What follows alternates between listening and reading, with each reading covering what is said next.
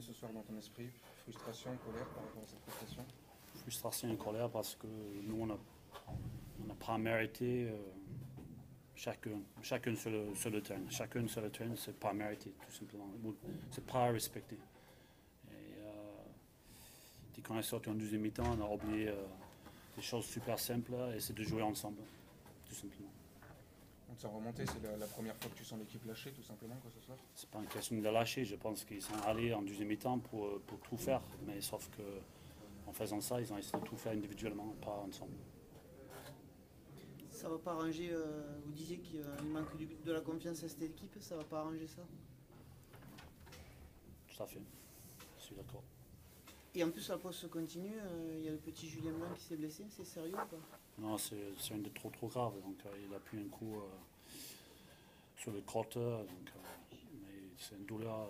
Si vous n'avez jamais été blessé là-dessus, c'est assez douloureux, donc c'est plus de mal sur le coup qu'autre chose. Comment t'expliques ces comportements individuels et les collectifs qui s'est un peu liquéfié ce soir? Je pense que dans le deuxième mi-temps, tout le monde a essayé de faire un peu son truc individuel, un peu trop même. Donc on a vu les cartons jaunes de Chico et qui il monte complètement tout seul en défense. Avoir quelques actions de Jordan Pulutua aussi, au lieu de garder le ballon et conserver et continuer le jeu, il a essayé de trop faire. On a vu une défense en deuxième mi-temps beaucoup plus en panique qu'en premier mi-temps. Et si la défense est en panique, ça crée des opportunités pour l'équipe adverse. Et c'est ce qu'ils ont bien fait le Mont-de-Marsan. Il y avait quand même des démontoirs puissants, on les a sentis costauds dans l'axe.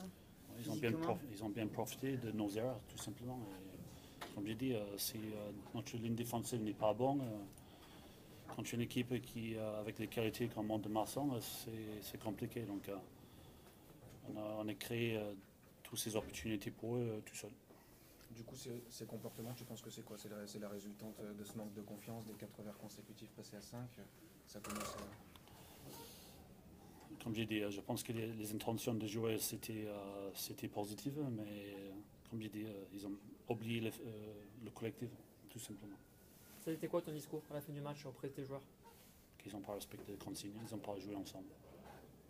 Du coup, c'est toujours le mot que les entraîneurs n'aiment pas, mais 5 défaites consécutives, 1 point sur le deuxième bloc.